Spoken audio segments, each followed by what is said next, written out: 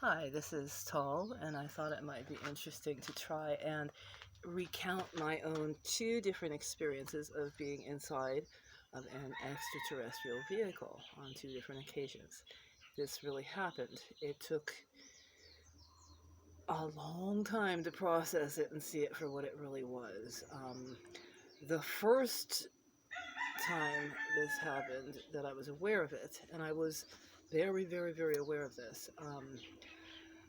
I'm going to say it was approximately 92. I thought it was 91, but I went back and looked at the dates of when certain things happened and when I actually moved to Hawaii, and that's where this happened. Um, that it seems like more likely that it was in 92. So, uh, yeah, I went to sleep. I was living in a shared housing kind of place, and at some point I woke up, I'm saying I woke up, everything felt very, very, very real. It didn't feel like I was in a dream. And even though I processed it as a dream for a long time, I found myself in a large warehouse. It felt like a warehouse type vehicle. I knew that it was a vehicle. I knew this. I saw probably about 300 other people were inside this huge room. It seemed like a giant room. It seemed foggy and it was cold, and everyone was wearing these almost like not like a gown, like an angel fancy kind of thing or anything like that, but like almost like a hospital gown, except it wasn't open in the back. It was just a plain, like a shirt kind of a thing, like a shirt dress. Everyone was wearing them. They were white. Um, I remember it was gray and blue inside. Everything was and it was foggy, and these were like the predominant colors. I don't remember seeing much other color in that room. The majority of the people that were there did not seem to be conscious. They were kind of like standing around going, uh, you know, they were just like in a daze. They were kind of standing up, but not, conscious or interacting with each other, or they didn't seem to be aware. I was very aware. I was terrified. I thought that I died. And there were two women, and I will never ever forget what they look like, especially the lady with the white hair. There was a woman who was older woman. She had short white hair, very specific style, kind of like where they make it real short and it kind of you know goes like that in the back or something, kind of like a wedge kind of hairstyle. Um, and she was trying to calm me down, and she was talking to the other woman and saying, "This one is really having a hard time." And the other woman she had dark hair. Had Asian features. I'm not really sure. Maybe she was kind of Latin looking too. Um, she was there and she was aware, and these two women were aware, as I was aware, and as far as I was aware, there was no one else that seemed like to be processing anything. They seemed like they were all in a daze of some sort. So they are calming me down, and at some point I asked the woman with the white hair if she was my grandmother, because I thought I was dead and my grandmother had died before me, and she said no, and looked at me oddly, and they were trying to comfort me. I was very, very upset about the situation. I thought I died, and I had two small children at the time, and I did not want to be dead. And I remember specifically having the thought that, well, maybe this is how what happens when you die is they come and take you in a big vehicle someplace. And I don't know. I knew it was a vehicle, though.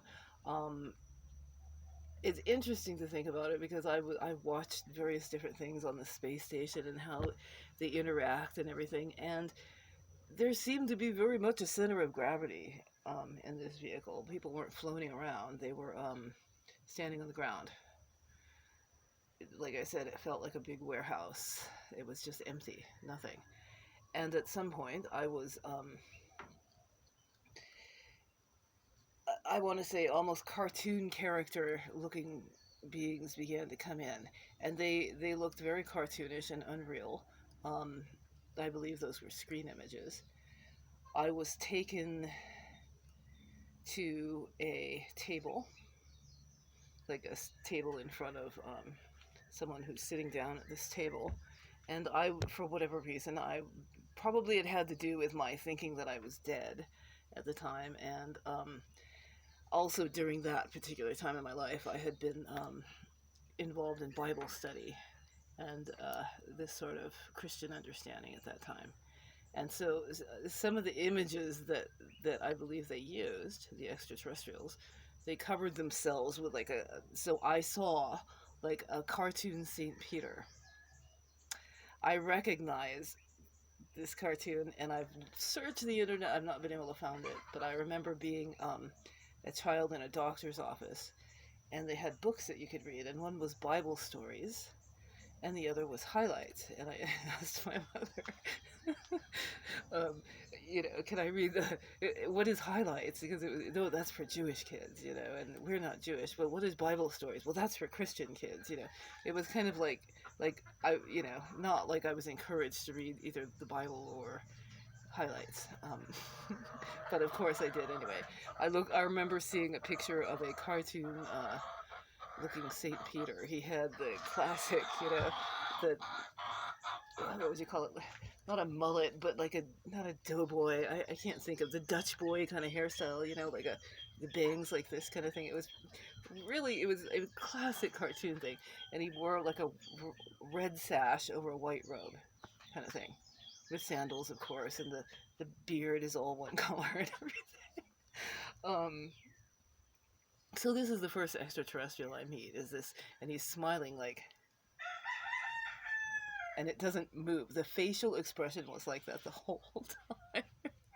And I mean, that is just such an incredibly odd thing to meet someone in such a strange situation that has like this cartoon image over it. I really think that it could have been presented more realistically, but that was something that was actually left in so that I would be able to figure out there was something very odd and wrong with that situation during that time. Yeah, St. Peter had the same smiling face the whole time. He seemed very, very nice, and at some point did hand surgery on me.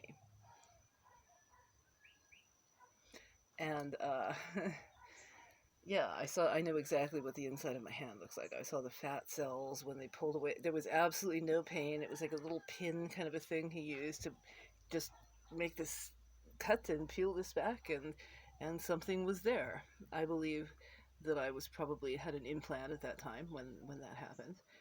I wasn't afraid. It didn't bother me. And the next thing I remember was being taken again. It was like these it was like the whole environment changed for some reason, and I got this image of like without seeing any of these beings, but it was like I was taken by them from one place to another time, like a whole bunch of these people that looked a lot like human stereotypical biker types came out of no place and moved me from one room to the next in kind of an overwhelming manner. And then I was in a room, and it wasn't the same woman, but there was another Asian looking woman who was in the room with me. And I asked her, what is this place? And she said, this is a waiting room. And okay, no idea what I was going on. It was I was kind of like the time when I'm surrounded by all these cartoonish biker people come out of no place and move me from one room to the next. I was really fighting that whole process, absolutely terrified. The next thing that I remember was leaving the vehicle, or finding myself in this is really hard to explain. This is like I was in space with someone who I refer to. It was another one of these cartoon images that I recognized this one from a Christmas card. This was the Hawaiian Angel Christmas card. And there was someone who looked like this cartoonish kind of being from this Christmas card, and who was with me in this. And we were like standing in space somehow. We're just standing there and kind of going down, and what I can see above me is this huge white, like every color and white light at the same time. Absolutely, it was completely different than anything that I've ever seen here.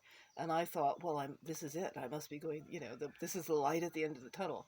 Not thinking that I was leaving a vehicle. I was thinking that I was going to, whatever this next phase is, that I had died. I still believed very much that I had died that time.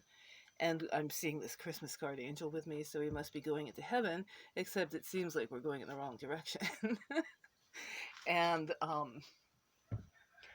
there was like a really, really bright blue, dark blue and blue.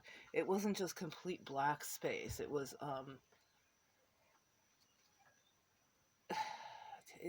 it seems almost simulated, like a simulated environment when I look at this sometimes, but I don't really know. I don't quite understand it. I'm just retelling this.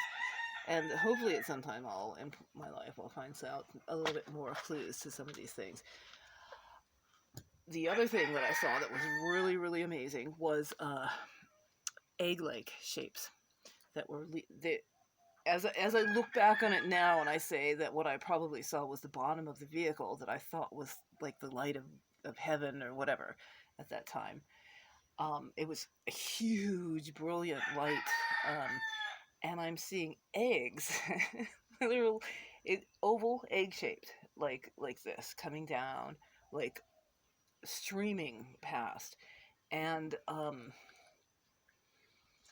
they were like human size. There was probably people inside. I was probably inside of one of those, but I didn't realize it. I was just seeing outside of it. But when I saw these pass,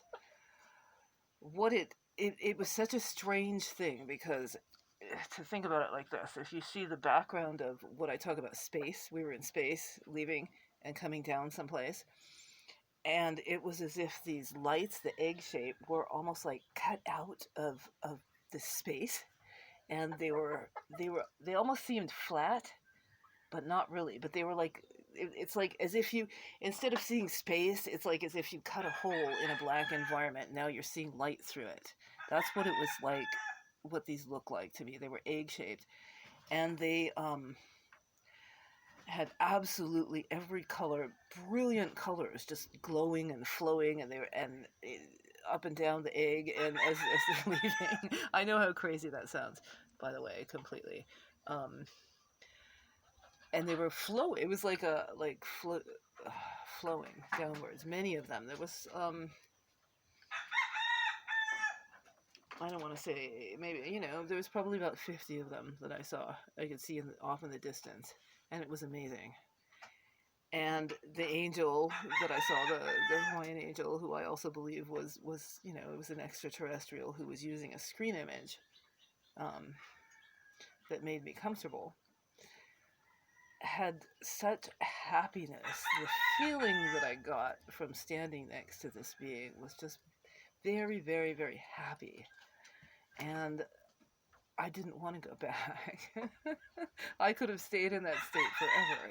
It was really blissful and different. And the next thing that I knew, I was back in my house, and I was shaking, and I had gone through some physical trauma.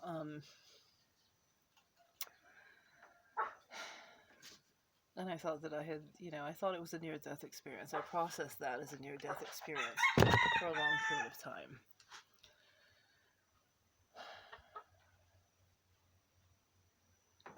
Yeah, it's a big mystery. I've got a lot of questions about that one.